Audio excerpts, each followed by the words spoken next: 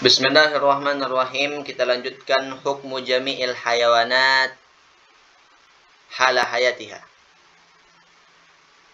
Hukum semua hewan ketika hidup. Semua hewan ketika hidup, hewan itu suci. Semua hewan. Ular, buaya, kecuali dua saja. Yaitu anjing dan juga babi. Anjing dan babi waktu hidupnya tetap najis. Mughallazah. Di dalam mazhab Syafi'i seluruh badannya anjing, bukan hanya air liurnya. Kecuali ada mungkin pendapat mazhab yang lain yang mengatakan kalau badannya enggak najis. Tapi dalam mazhab Syafi'i badannya semuanya itu najis. Semua hewan itu suci, kata beliau. Jami'ul hayawanat hala hayatiha tahiratun. Semua hewan di saat hidup itu suci. Ular, buaya, apa misalnya lagi ya? Kucing, apalagi kucing. Nah itu. Kecuali anjing dan babi.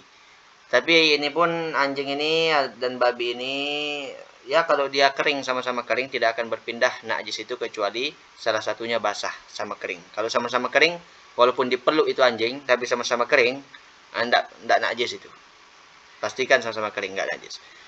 Dan keturunan dari anjing dan babi itu juga najis. Keturunannya apa saja. Misalnya anjing melahirkan kambing. Contoh saja ini. Walaupun jarang atau nggak ada misalnya. Atau bisa saja ada. Bukan nggak ada. Bisa jadi ada. Anjing melahirkan kambing. Maka kambing ini yang terlahir dari anjing. Itu dia juga dia najis itu. Atau di dalam kitab itu. Ada sampai di dalam kitab itu begini pembahasannya. Kalau anjing itu melahirkan manusia. Ada di kitab, dijelaskan di kitab nanti dibaca di kitab yang lebih besar. Itu ulama membahas itu. Anjing tapi lahir manusia, mungkin tidak tahu gimana ya. Gimana hukumnya manusianya itu? Nah, itu juga dia sama kayak hukum apa namanya? Mohon maaf, kayak hukum anjingnya itu. Begitu. Ada yang seperti itu. Itu pembahasan fikih saja. Yang perlu ilmu yang kita ketahui lah, walaupun tidak ada mungkin di daerah kita juga kan, setidaknya kita tahu pembahasan ulama tentang hal-hal yang seperti itu. Yang keenam, hukmu jami'il hayawanat ba'da mautiha bighairi zakatin syar'iyyatin. Hukum semua hewan setelah dia mati tanpa disembelih dengan sembelihan syariat. Kulluha najisatun illa thalathan, maitatul adami wa maitatul jarat wa maitatul samak. Semua hewan yang mati tanpa disembelih itu hukumnya najis. Ya, semua hewan yang mati tanpa disembelih hukumnya najis. Kecuali tiga. Pertama, manusia, suci. Suci dalam arti bukan berarti boleh dimakan, suci. Kemudian yang kedua adalah bangkai belalang. Ini boleh dimakan. Yang ketiga, bangkai ikan. Selain daripada itu, kalau dia mati tanpa disembelih, najislah dia. Kemudian, al-hayawanatul ma'kulatu idza matat bi zakatin syar'iyyatin fahiya tahiratun. Hewan-hewan yang bisa dimakan, sapi, kambing, ayam, apalagi bebek, burung, apalagi. Nah, hewan-hewan yang bisa dimakan pokoknya. Itu apabila mati dengan cara disembelih, sembelihan syar'iyah, sembelihan yang memang aturannya, maka matinya ketika dia mati hukumnya apa? Suci. Ya dong, kalau dia najis masa kita makan ayam? Tidak mungkin kan? Selama ini kan kita makan ayam, ayam yang disembelih itu suci, itu maksudnya. Kecuali tidak disembelih baru dia najis. Al-hayawanatu ghairul ma'kulah idza matat kulluha najisatun walau dzubihat. Hewan-hewan yang tidak boleh dimakan, seperti misalnya kucing, ular, apalagi yang tidak boleh dimakan. Hewan-hewan yang tidak boleh dimakan pokoknya. Itu kalau mati, itu matinya kalau dia bangkai. Dan dia najis. Walaupun misalnya disembelih. Kucing disembelih misalnya. Bagaimana ini sekarang bangkainya? Najis. Kenapa najis? Karena dari hewan yang tidak bisa dimakan. Hewan yang tidak bisa dimakan kalau dia mati, walaupun disembelih atau tidak disembelih, maka najislah dia. Yang ketujuh, hukmu sya'ri jami'il hayawanat. Hukum rambut semua hewan. Hukum rambut semua hewan atau bulu semua hewan. Sya'rul hayawanatil ma'kulah ba'dal infisal tahirun. Rambut hewan yang bisa dimakan, ketika dia berpisah dari hewan itu, maka suci. Bulu ayam, dicabut bulunya.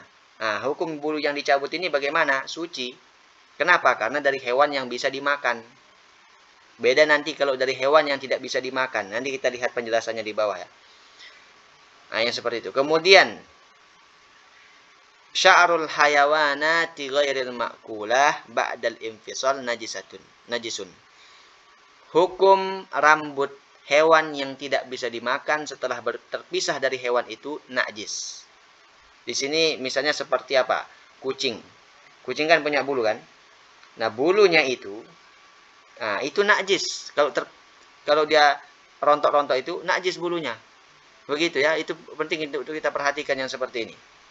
Kucing itu. Karena kenapa? Karena kucing kan tidak bisa dimakan. Katanya di sini, hewan yang tidak bisa dimakan, kalau rontok bulunya dari hewan itu, maka bulunya yang rontok itu najis. Begitu. Nah, ini perlu kita perhatikan. Tapi kalau sedikit ada yang mengatakan dimakfu, kalau sedikit. Atau ya orang yang naik kuda, berkendara kuda, nah itu tunggangannya, itu juga dimaafkan kalau sedikit. Wa amma qoblal infisal fa hukmu sya'ri hukmul hayawan nafsihi.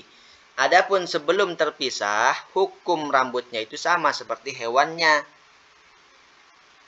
Kucing tadi ya. Kalau dia sudah terpisah, maka yang terpisah ini najis. Tapi kalau sebelum berpisah, bulunya yang ada di kucing itu bagaimana hukumnya? Hukumnya sama kayak hewannya. Hewannya apa? Kucing. Kucing gimana? Najis apa enggak? Enggak kan? Berarti kalau sebelum terpisah berarti enggak najis. Begitu aja ya. Kemudian sekarang hukmul juz'il munfasil minal hayy. Hukum bagian yang terputus dari yang hidup. Bagaimana hukum bagian yang terputus dari makhluk hidup?